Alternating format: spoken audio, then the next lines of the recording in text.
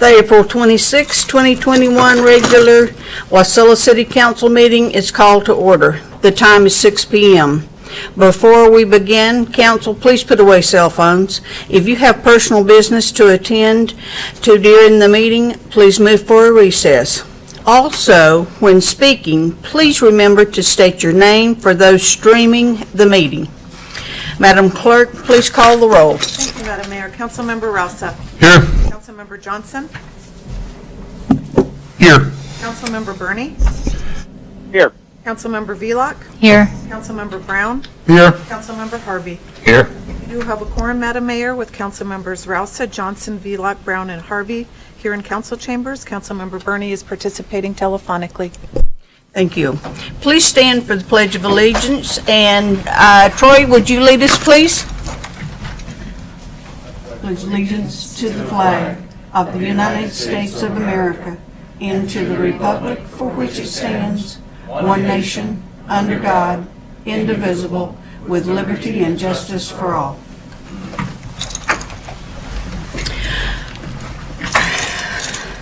The first item of business is approval of the agenda. Are there any changes? Hearing none, the agenda will stand as presented. Next on the agenda is special orders of the day. There is one proclamation which I will read. Whereas the office of the Municipal Clerk, a time-honored and vital part of local government, exists throughout the world. And whereas the office of the Municipal Clerk is the oldest among public servants. And whereas the office of the Municipal Clerk provides the professional link between citizens, the local governing bodies, and agencies of government at other levels. And whereas professional municipal clerks have pledged to be ever mindful of their neutrality, impartiality, rendering equal service to all. And whereas the professional municipal clerk serves as the information center on functions of local government and community. And whereas professional municipal clerks continually strive to improve the administration of the affairs of the office of the municipal clerk through participation in education programs, seminars, workshops, and the annual meetings of their state and international professional organizations. And whereas it is most appropriate that we recognize the accomplishment of the office of the municipal clerk. Now I, therefore, Glenda D. Ledford, Mayor of the City of Wasilla, recognize the week of May 2nd through May 8th as Professional Municipal Clerks Week, and further extend appreciation to our municipal clerks, Jamie Newman, MMC, Sarah Standifer, MMC, and Benji Johnson, for the services they perform and their exemplary dedication to the City of Wasilla, dated this 26th day of April, 2021. Girls, if you'll come with me.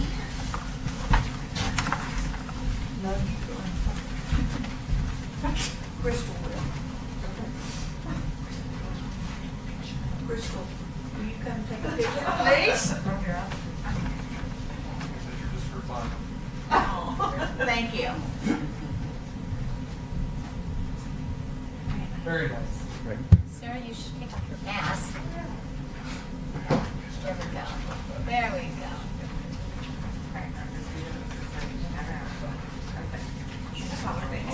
Thank you, Madam. You are welcome. We appreciate you guys. Thank you.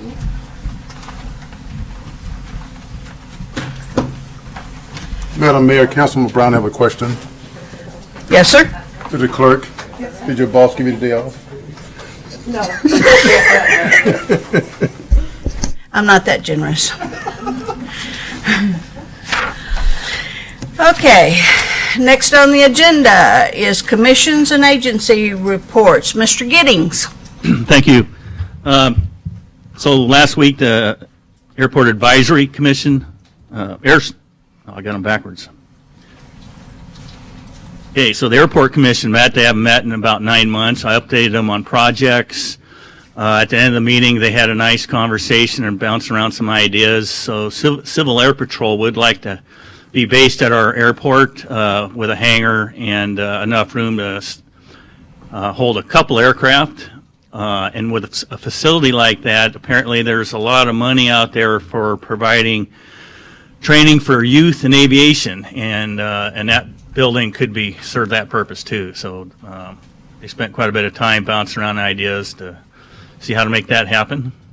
And then the Airshow was also, that committee met last week, and they've got their raffle set.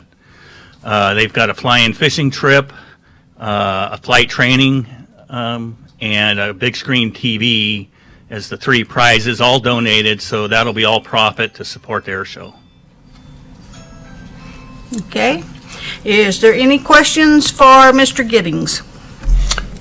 Yes, Councilmember Johnson. I'm just interested in the Civil Air Patrol. Are they moving the squadron from Merrill Field out here, or is this a new squadron?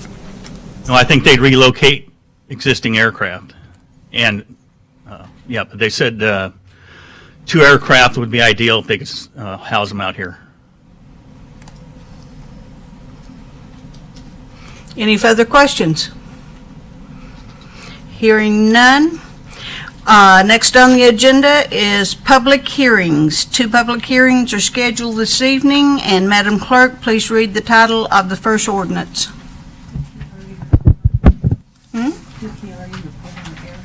Yeah. Both of them? I'm sorry, Archie, did you report on the air show? Or did I just, that's what I thought. All right, first public hearing this evening is ordinance serial number 2107, amending the fiscal year 2021 budget by appropriating $11,793 to the General Fund Recreational Services Department from the General Fund fund balance for the fiscal year 2021 air show. Okay.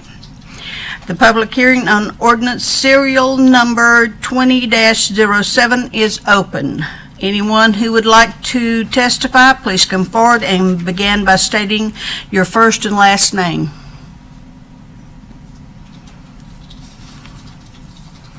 Seeing no one, public hearing is closed.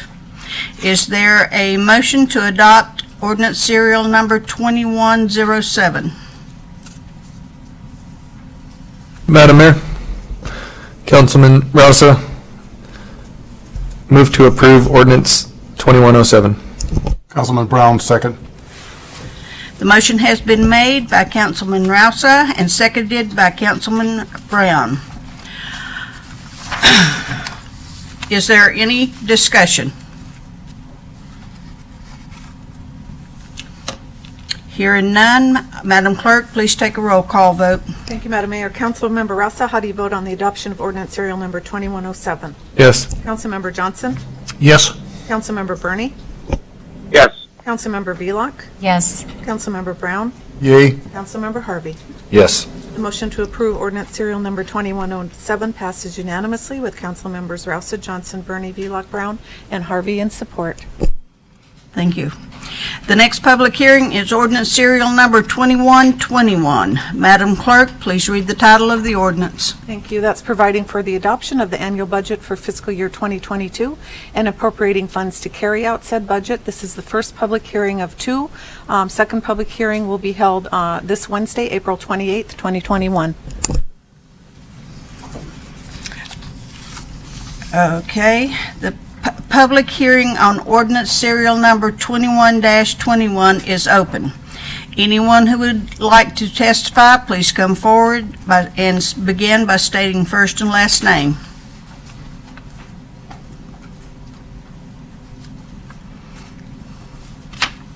Good evening, Madam Mayor, members of the council. My name is Stu Graham. I'm a member or citizen of our great state, and I'm glad to be so. I wasn't able to attend last Wednesday. Madam Mayor, is his microphone on? I'm sorry. Is your microphone on? Let's start over here. Thanks, Tim, or Councilman Burney. This is Stu Graham. I am a city resident, and I'm proud to be such. So I was not able to attend the last city council meeting on Wednesday, but thanks to the efforts of the clerk over the last couple of years, I was able to listen in telephonically later and heard what was going on. And, Councilman Johnson brought up a great point about the new mechanics position. at the police department. You know, it's a new position, new to a department, in a department that really doesn't have any experience managing this type of person. So a couple things came up. You know, Councilperson Vlock also brought up, you know, why are we paying this person so much, essentially, to do entry-level work, you know, basically do the work of a lube technician, and we're going to pay him $60,000 a year and give him benefits. That just doesn't add up, you know. So I think more study needs to be done on this position before it's approved. I mean, if I were sitting on that side of the dais, I would have submitted a suggested change just to delete the position until it could be better justified before the council, and a better management plan could come up for this person, and a training plan could come up for this person, and a better list of duties of how that would be managed. You know, I do see that the finance department has put forward this memorandum in response to Ms. Vlock's questions, but I really think we should give a little bit more deference to Mr. Johnson's concern. He has experience dealing with mechanics from entry level to very senior engineers. That would be great, and I think if we talk to Mr. Burney, he would kind of state that as well, that it's a different sort of thing. So let's let our police be police and manage the police department, and let's think a little bit harder about this mechanics position and hopefully put it under some management where somebody has some similar experience dealing with these folks. Thank you very much. Is there anyone else? Okay. If there's no one else here in person, we did receive an email through the clerk's email from Kathy Martin Albright, who requested that I read her testimony into the record. You've all received a copy of it. I think that it is going to take more than 3-minute time limit, but I'm going to record or time myself, and when 3 minutes is up, I'll have to stop so you can read the rest. So here we go. Hello, for those of you who don't know me, my name is KJ Martin Albright. I worked for the City of Wasilla for almost 17 years, about 15 of those as a library director. In looking over the proposed FY 2022 budget, I was disappointed to see that of the additional 0.5% sales tax that the city kept on the books after the funds for the new police department building and garage were raised, only about 5% of that extra tax is going to the library. Telling voters that the 0.5% sales tax would the library be open more hours is one of the things that helped to get that tax passed. Unfortunately, if my math is correct, 95% of the money raised from the additional 0.5% sales tax is not going to the library in any way.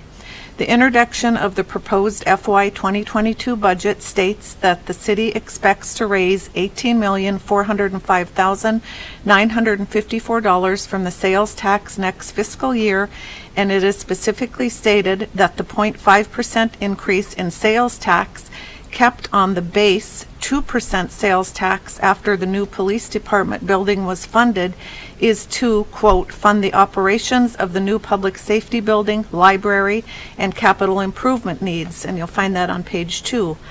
So if the sales tax is 2.5%, the 0.5% can roughly be calculated as 20% of the expected $18.4 million in revenue, or $3,681,191. Between the library's actual FY 2020 budget and its proposed FY 22 budget, the increase in library funding from the general fund is $175,505. Reference page 168, FY 2020 actual, $1,222,430, proposed FY 22, $1,397,935. This amount, $175,505, accounts for roughly 5% of the $3.6 million raised from the additional 0.5% sales tax. Where then is the other $3.5 million expected to be raised from the 0.5% tax in this budget? Why is the library not getting more of these monies monies for operations, as the city stated would be the case when attempting to get the tax passed. As you probably know, the library moved into its new building in September 2016, which is 3 times the size of the former library. Between September 2016 and November 2019, library visits have increased to almost 130,000 people per year. Program attendance has increased by over 100%, and the number of physical items, books, audiobooks, DVDs, and such being borrowed, and that's it. Anyway, thank you. Thank you, Madam Clerk. Is there anyone else that wishes to testify on this ordinance? Hearing none, the public hearing on ordinance serial number 2121 is continued until April 28th, 2021, special meeting. There are no more items scheduled for public hearing, so we'll move on to persons to be heard. Persons to be heard. Mr. Stearns, you're up first.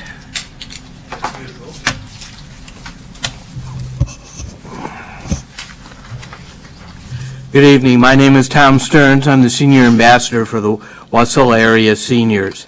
WASI's open status. Everything is open. We're doing everything we did pre-pandemic except feed the number of people in-house. We used to do 100 people. We're down to about, 45 or 50 right now. So, second thing that I have here is that we're building a building. If you've gone down the KGB road, you see a building. That's ours. But what you don't know is that on Thursday, April 29th at 12:30, we have the 16 steps to gardening in Alaska.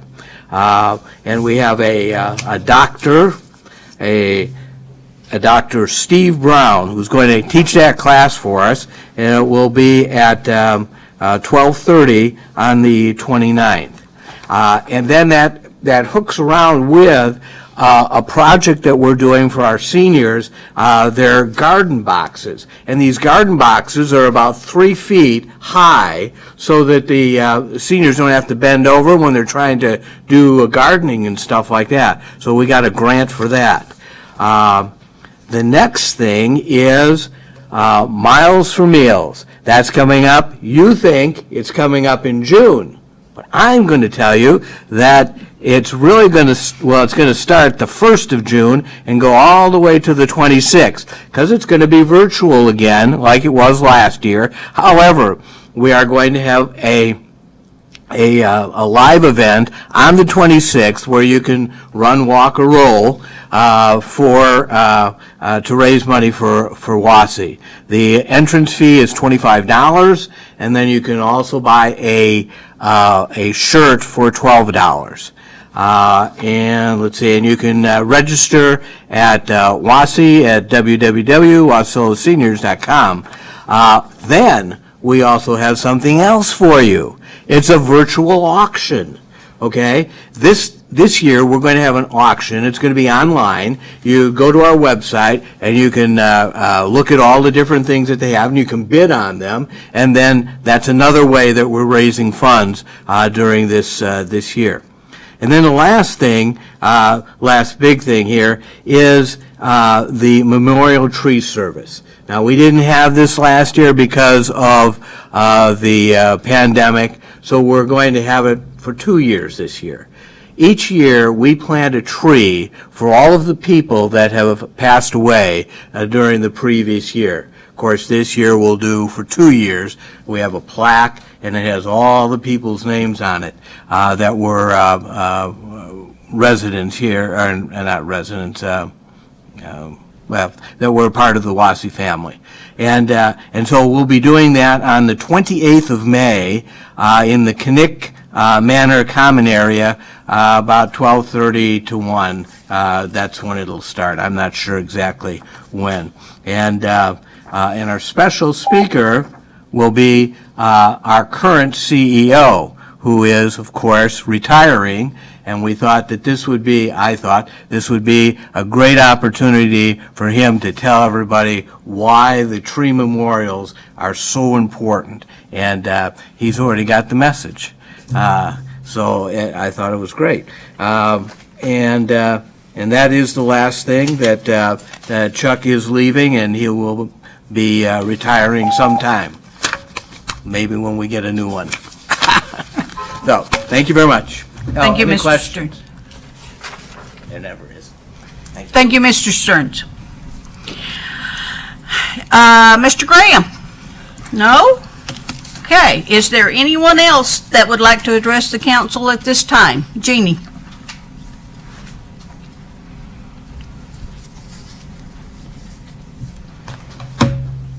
Good evening, Council. I know there's a lot of new members. My name is Jeannie Troshinsky. I am the president of the Friends of Wasilla Library. In 2001, a friend of mine came and encouraged me to join the Friends of Wasilla Library Board, and I thought it'd be good to get involved because I thought it would be something not political.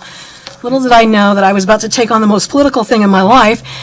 And so I worked from 2001 till 2016 when we got the new library built.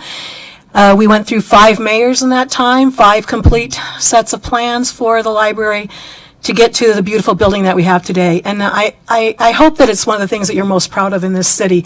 We have about 300 to 400 people a day that go through the library.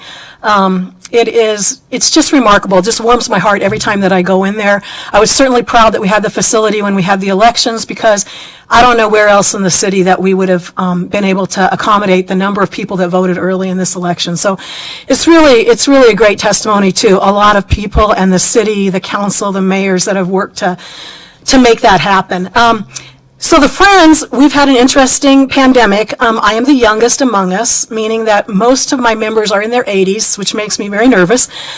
So we Zoomed, which is almost more scary than the pandemic, I want to tell you.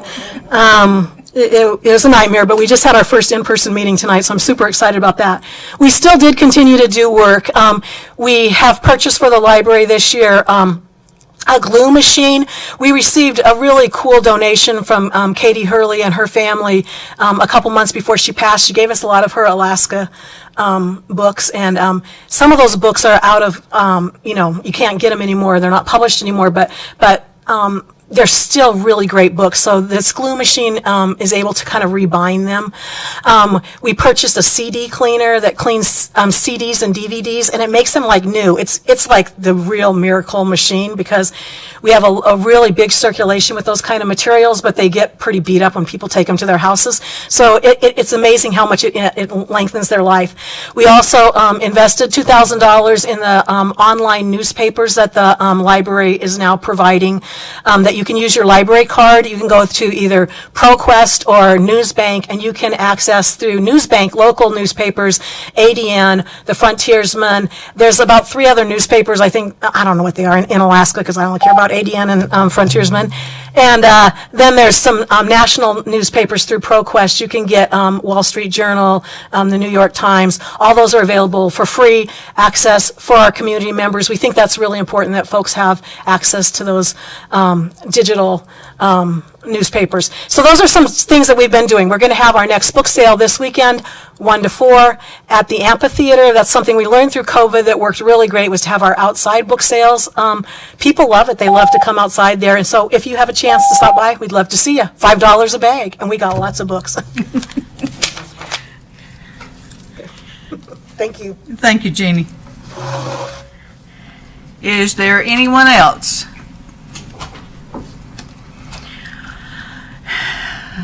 If, Madam Clerk, please read the consent agenda. Madam Mayor, items for approval under our consent agenda are the regular meeting minutes of April 12th, 2021, and the special meeting minutes of April 14th, 2021. We have 2 introductions for recommended public hearing date on May 10th, 2021. The first is ordinance serial number 2108, amending Wasilla Municipal Code 520-050, allocation of costs, relating to the assessment of the cost of street improvements to the benefited properties, and ordinance serial number 2109, amending the fiscal year 2021 budget by appropriating $265,000 from the Water Fund balance for the Richmond Hills Booster Upgrade Project. We have no resolutions or action memorandums up for approval. Thank you, Madam Clerk. Is there a motion to approve the consent agenda as read?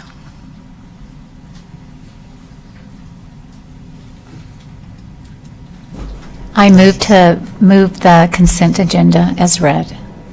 Is there a second? Second. The motion has been made by Councilman Vlog, seconded by Councilman Harvey, to approve the consent agenda as read. Is there any objection to the motion? Hearing none, the motion is approved. There is no unfinished business this evening. Madam Clerk, please read the next item of business. Under new business 10.1, update from administration on emergency response efforts related to COVID-19. There has been no action taken on COVID-19. Next on the agenda is communications. Madam Clerk, please read the title of the items under communications. First is IM number 2106, monthly financial reports for the period ending March 31st, 2021, to include the month-to-date expenditure report and disbursements greater than $10,000, investment report, quarterly report of businesses receiving a penalty waiver for sales tax, and the auditor's report. Also, we have commission meeting minutes, Wasilla Airshow Advisory Committee, April 7th, 2021. Are there any questions from the council? Next on the agenda is audience comments. Is there anyone present that would like to address the council at this time? I learned well from Eugene. Okay. Sorry. So the only other thing that I wanted to talk about was we came and the Friends talked to the council kind of before the pandemic early last year, about increasing the staff at the library. We really would like to increase the hours, but in order to increase the hours that the library's open, we need to increase the staff. The council did provide an extra half-time person, and that person, the staff was really adamant they needed just to help with the workload. It's amazing the things that those people do in that library. Last month, they circulated 18,670 items through the Wasilla Library. That's amazing. But that's just one thing they're doing, because people are in there using the computers, and they're helping people with the computers, and there's all kinds of programming. Our youth librarian, Sarah, has been just amazing at figuring out ways to do Zoom programs online, but we're hoping to get back to in-person programming this summer, and it's just incredible the things that the staff does. But there has to be a certain number of staff there in order to securely and safely have that library open more hours. So the Friends are going to work on a survey and see, because we keep hearing from people that they want the library open more. Well, when do they want it open more? Do they want it open earlier in the day, in the evening? I mean, there's a whole variety of how we can look at that. One of the interesting challenges is, because we're open Monday through Saturday, there has to be a staff that kind of works like Monday to Friday and a staff that works Tuesday to Saturday. There needs to be 4 people on the desk at all times to make sure that there's eyes on everybody and able to serve the public that comes through. So we're going to conduct the survey, try to figure out when, what hours people want it open, and then from there we'll kind of come to you with a proposal of how many more staff that would require. But we'd like you to please keep that in the back of your mind as you're thinking of budgeting, as you're thinking of how we provide the best services in the city. Libraries are economic engines. They bring people into the city that then use the city services, that then shop here and spend their money and then pay taxes. And those taxes indeed should be, and have gone to the library. Again, one more thing for the people that are new on the council. If you don't know, one of the things we're most proud of with that project is when the doors opened to that library, it was 100% paid for. And that was a lot of work from a lot of community members and a lot of the staff here at City and in the councils to come up with a plan. And it was a great plan, because we raised the money through much head beating and great taxes that were voted by the public to go ahead and pay some additional tax for a year to raise that money, or a couple years to raise the money to build that library. But it was completely paid for as open, which is something that I think is also really important about our library. Okay, that's what I have to say. I'll be coming back more to talk about it as we do our survey. Thanks a lot. Thanks, Jeannie. Next on the agenda is, oh, are you going to speak now? Yes, ma'am. Can't let Jeannie outdo me here. So. My name is Stu Graham, still a proud resident of the city of Wasilla. So I wanted to use this time to say I appreciate the fact that the proclamation came out today, honoring the clerks and the great work that the clerks do. We certainly have an outstanding clerk here who runs a great staff and does great work for the city, and certainly appreciate everything that she does.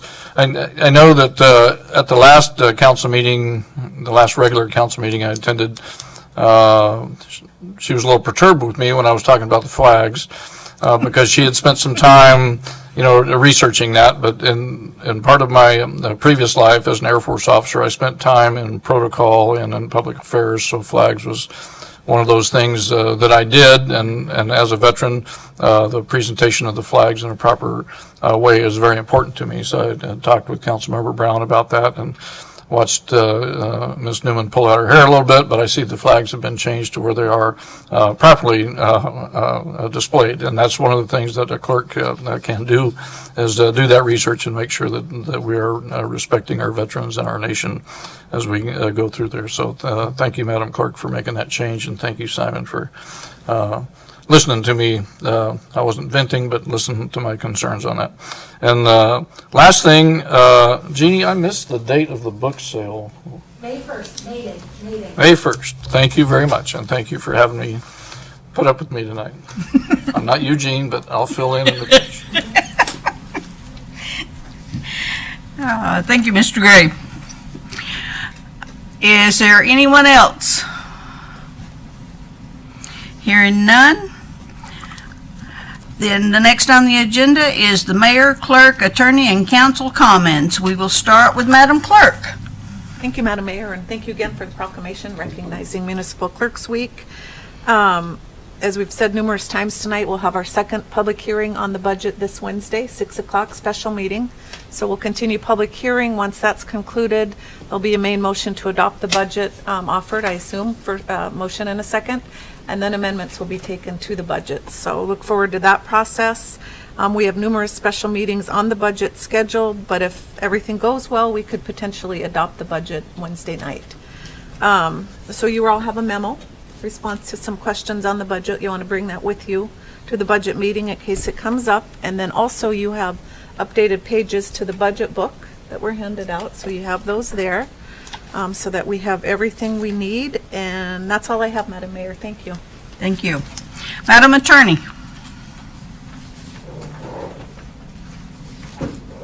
Yes, I wanted to provide the mini training session that we talked about in the past, and we've been sort of putting off to make sure we had as many people in person as possible. So I'm going to do that. I'm going to try to keep it under 10 minutes, so it'll be very quick, I promise.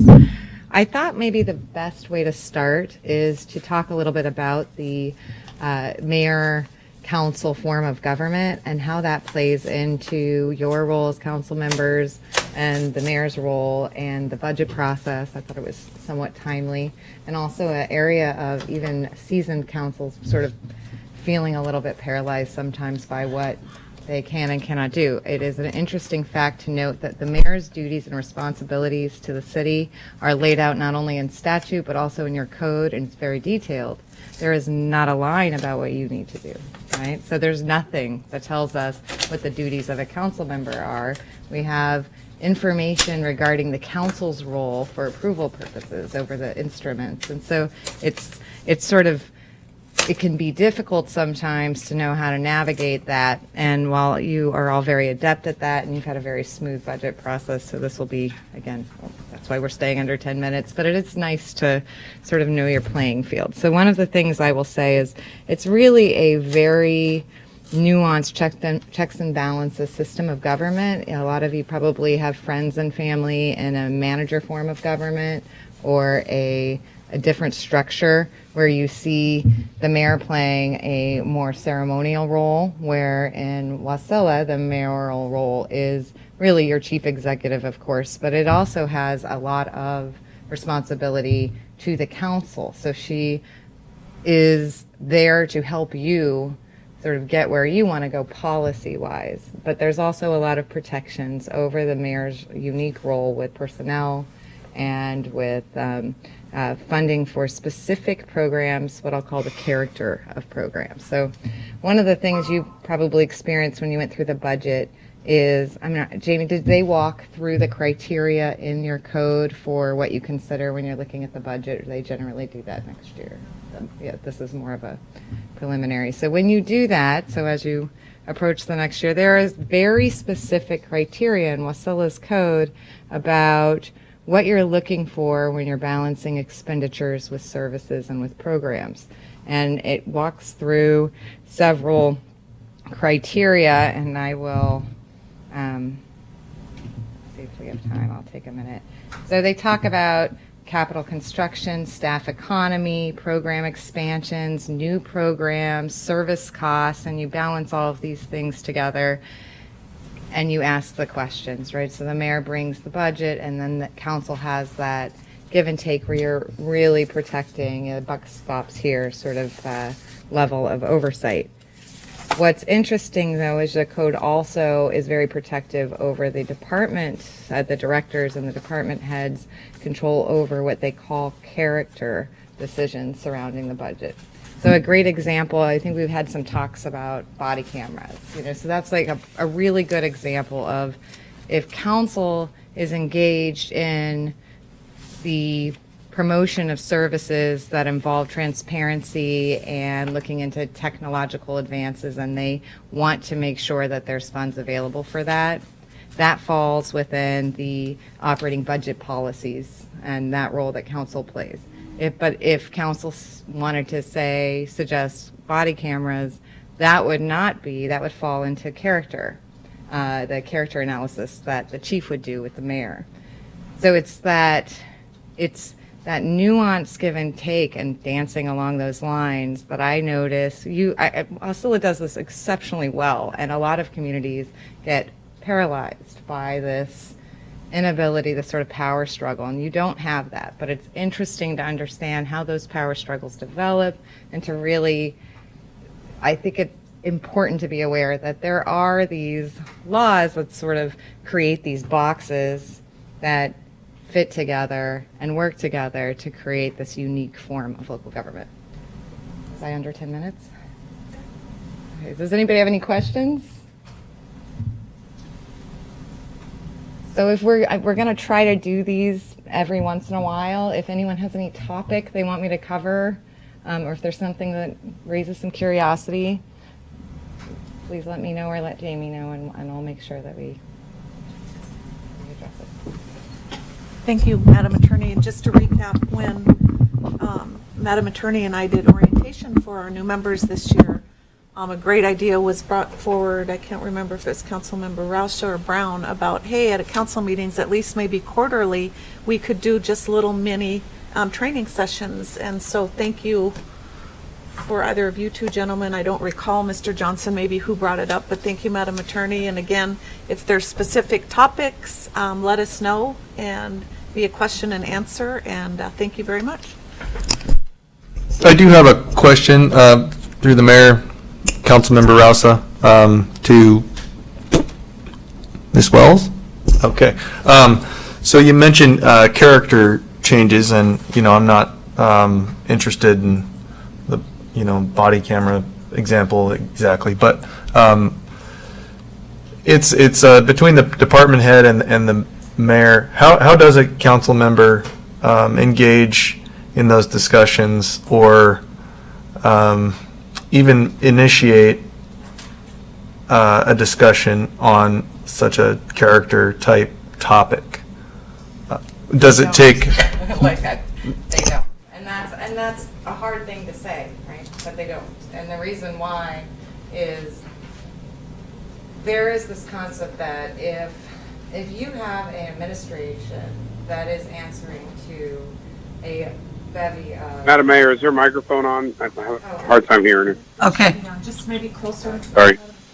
Sorry about that. So one of the most difficult things about local government is this division between administration and the role of council as the policymaker, because it is so important and essential to the community that you engage on the, on the policy level of the debate or the discussion or what you're pushing forward, and that it's important that you sponsor legislation too, and that you have those discussions with the mayor and that you ask questions about, and I guess when I say you don't, council wouldn't make proposals on a character level or provide direction, but certainly asking questions is important because it might change what you want to do on a policy level. So council is like an umbrella. You promote things or you propose things that have maybe many ways to get them done, but your ultimate goal is clear. So I think that's the best way to articulate it. If you know what your goal is, that's what you communicate, either through sponsorship of legislation or through discussions with the mayor or discussions with the clerk about the best way to do that. But it's not the proposal of the micro elements or the character of the proposal. So as a point of entertainment, could you provide us with one theoretical example of a good way in which a council member or two or three might engage on any particular subject of your imagination? Okay, and that's what, the body camera was just sort of an easy one because whenever we have technology, it's always an easy one because we know that there are very specific policy-based goals for this community and the police force. And we also know that public safety is an area where deference to the chief and the mayor are very important, right? We have policies and procedures that have to be drafted. We have programs that will balance against other programs when you're affording funding. So that's why I use that but another example might be you want to see the city create a downtown district, and so you are looking at some sort of zoning plan, right? And that's going through and you want to see, no, that one I'm abandoning. All right, let's go with, abandon that one. Let's go with enforcement. How about that? So you drive around the city and you see a lot of examples of abandoned property that it really is hard to see, and you want beautification of Wasilla on a different level, right? You want to see whatever needs to happen to make the city of Wasilla meet meet those standards. I'm not saying this is a problem, but Wasilla is a beautiful city, but this is my example. So you would talk to the mayor and say, one of my priorities as a council member is the beautification of our city and the preservation of our natural resources, and I want to see legislation that really protects it. That would be appropriate. It would then be up to the mayor, who is obligated to respond to the directives of council on the policy level by code. So she would say, okay, there's this desire to see the beautification of the city on this higher level. She would then talk to the clerk, who would help council either get legislation out there that would cover some large policy goals. What you wouldn't do is say, I really want to see enforcement in X section of the city. I want to see that cleaned up, and I would like you to get somebody out there to clean that up, because at that point, we're stepping into administration. And so, is that helpful? Yes, thank you for sharing with us the depths of your imagination. I appreciate it. Yes, that's a little rusty. Thanks. I will work on that. Madam Mayor, Councilman Brown, on that same line, isn't sometime the body camera, it could fall in both categories, because of the impact it have on the citizens who we represent? I think that's the question, right? That's where things get really messy, because ultimately... Madam Mayor, I'm sorry, I didn't hear that last statement. Okay.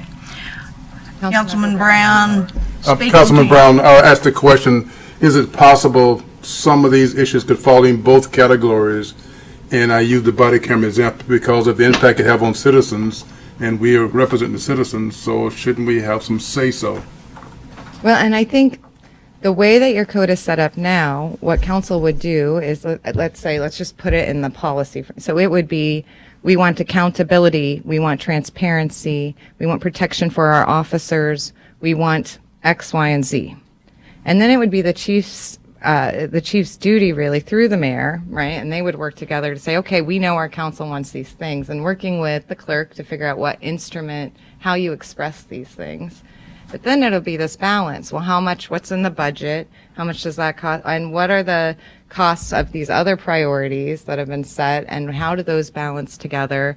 And what are ways we can get towards council's directives in a way that fits within the character, decisions of the department? It doesn't mean that when you're having the discussion, council wouldn't say, hey, other communities, I think we've had this discussion, where this is what one community does or another community does that, as long as it stays at the policy level. And when you're, say, looking at the services provided and the expenditures made, there's an understanding that that level of program directive starts delving into the character of the budget and starts to cross the line. I know it's not. I know it's clear as mud. I get it. And that's why I brought it up, because even though it's mud, knowing that it's, knowing these nuances exist, knowing that there's this checks and balance discussion that you are having with yourself, and that it's, and with the administration, and you have a very responsive administration. And so it's nice to talk about it in Wasilla, where there is such collaboration, and that is a very comfortable place to talk about it. But it's important because as council members, you may find yourself sometimes feeling a little paralyzed. I'm not really sure what I can do or how to address this. And of course, a call to the mayor, or, even talking to the clerk is the very best way to move forward. But knowing that that dilemma is expected, and actually it's written into your code and it's written into our statute, part of our government. Thank you very much.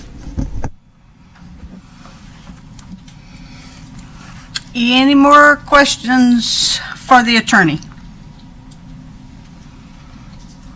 Hearing none, then I will move on to council comments. Councilman Johnson. No comment at this point. Councilmember Rousa. No comments. Thank you. Councilmember Velock. No comments. Councilmember Burney. No comments, thank you. Councilmember Brown. Yes, Madam Mayor, I do have a question. I know it's not the city's responsibility for COVID, that's a borough, but do the borough ever give you updates, feedback, information on what they're doing and how the borough, including Wasilla, is working? As far as COVID's concerned, we get an update every week from the state, from DHSS, not the borough. Anything else? Councilmember Harvey. No comments.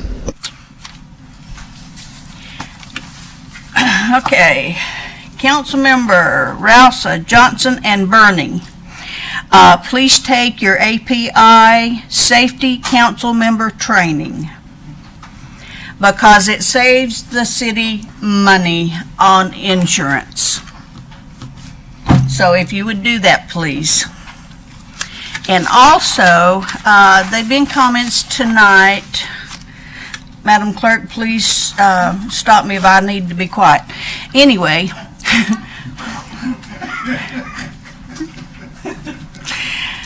they've been talk about the position of the mechanic, and from what I gather is people are looking at that as just a grease monkey, and it's not.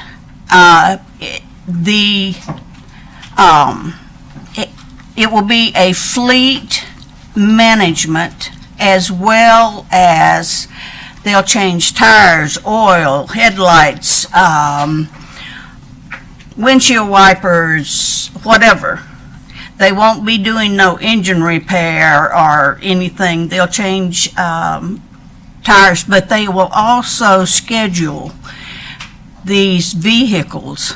So therefore, if a vehicle is taken care of properly, they last longer. We all know that.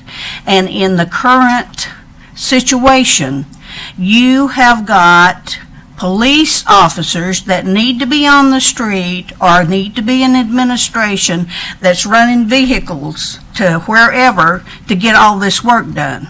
Well, you're either pulling 2 guys off the street, or you're pulling an admin, or you're in a police officer. So you're looking at, when you look at what we're going to pay them, how much are we paying per hour to these police officers or admin? And it takes 2, remember that. And it takes 2 vehicles. You're taking 1 car to get it done, and you're taking another car to pick up whoever is driving that car, and then you got to backtrack. So when you start putting all that together, then it's pretty close to a wash. And that way, and as Mr. Graham said, they can get back to being patrol officers, admin, whatever it is their job is, besides running vehicles to get the oil changed or tires changed, whatever the situation may be. So with that, we are done at 6:51.